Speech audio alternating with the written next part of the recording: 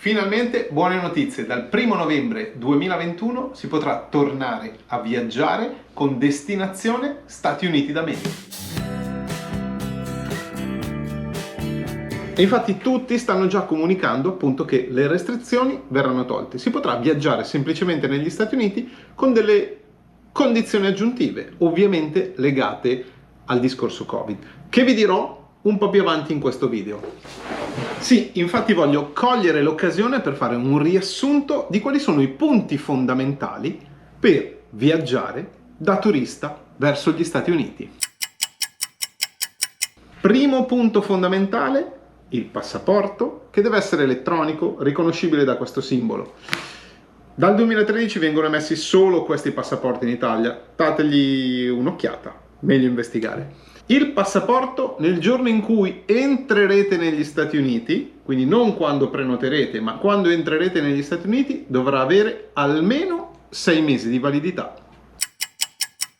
Secondo punto fondamentale è il visto. Chi entra negli Stati Uniti deve avere un visto. Per altri tipi di visto vi lascio il link qui sopra, in un video dove ho parlato dei diversi tipi di visto per entrare negli Stati Uniti. In questo video voglio parlare del visto turistico. Per chi ha passaporto italiano, ovviamente parliamo del visto ESTA. Ci sono alcuni paesi che rientrano in questa tipologia di visto e ci sono alcuni paesi che non rientrano. Ad esempio, mi viene in mente passaporto rumeno piuttosto che passaporto brasiliano, non possono fare il visto ESTA, ma devono fare un visto particolare, che se non erro è il B2, e ha un percorso leggermente diverso. Ma tornando al visto ESTA, è molto semplice. Basta digitare ESTA su Google, ad esempio, seguire il link principale del governo americano, cliccare per selezionare la lingua preferita, cliccate la parte di richiesta individuale e compilate correttamente le informazioni richieste. Le informazioni sono molto semplici, quasi tutte riportate sul passaporto, a parte alcune domande a cui dovrete rispondere sì o no, e indicare un indirizzo fisico in cui alloggerete negli Stati Uniti. Non vi preoccupate, se non lo avete ancora, inserite il nome di un hotel che potenzialmente potreste prenotare nella vostra vacanza. Tanto avrete tempo poi di modificarlo e quando arriverete in dogana di indicare finalmente l'ultimo indirizzo che avete deciso in cui starete almeno la prima notte negli Stati Uniti. Ci saranno da pagare $14, il visto ESTA varrà 2 anni, ciò non significa che potrete stare negli Stati Uniti 2 anni, perché ogni ingresso con questo visto ha una validità massima di 90 giorni.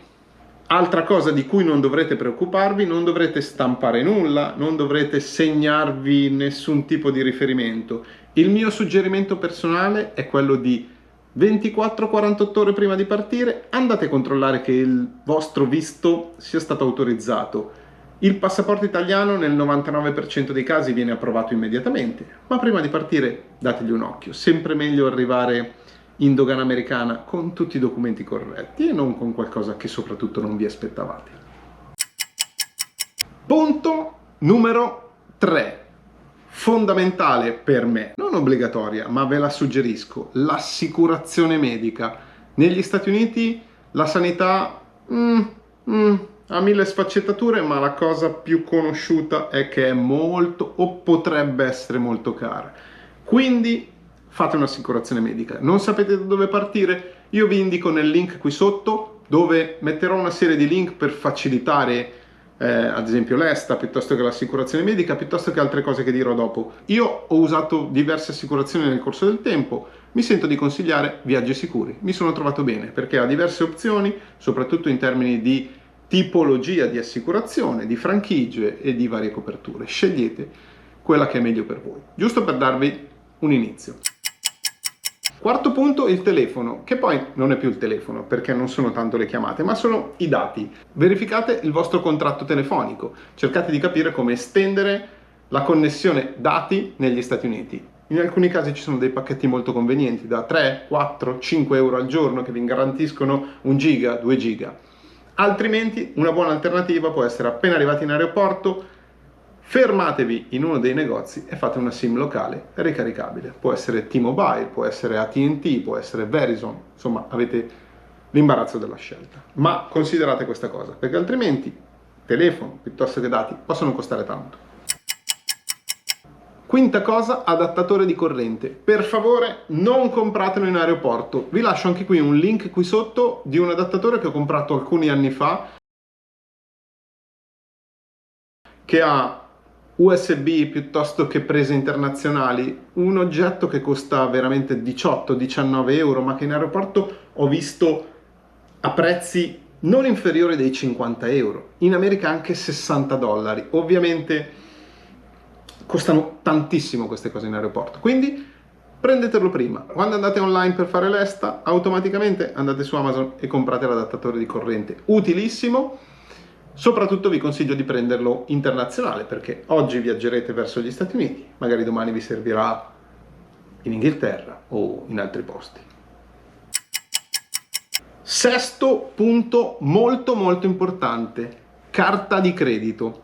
E non parlo di carta di debito o bancomat o altre cose, carta di credito. Questa è importante perché il noleggio auto e gli hotel oggi negli Stati Uniti richiedono ancora l'utilizzo di una carta di credito. Ma dov'è il trucco? Verificate il vostro plafond, perché magari state pianificando un noleggio di 3-4 giorni di una macchina, il preventivo è, non lo so, 200-300 dollari, poi girerete 2 o 3 hotel e vi costeranno, non so, 100 dollari a notte, quindi 300 dollari.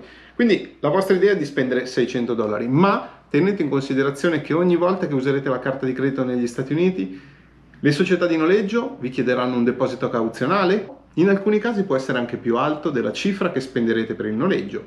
Stessa cosa agli hotel. Per una notte in un hotel spenderete 100 dollari, ma vi chiederanno 70-80 dollari di deposito cauzionale.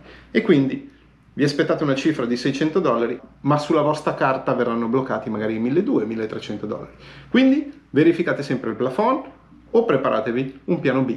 I punti principali li ho detti, alcuni suggerimenti possono essere quello della connessione dati, non sottovalutatela, perché è vero quello che si dice che negli Stati Uniti c'è una connessione wifi dovunque. Sì, è vero, nelle grosse città.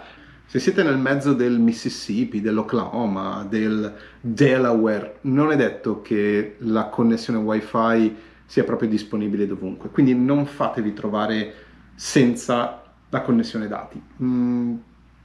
È una cosa secondo me importante da valutare.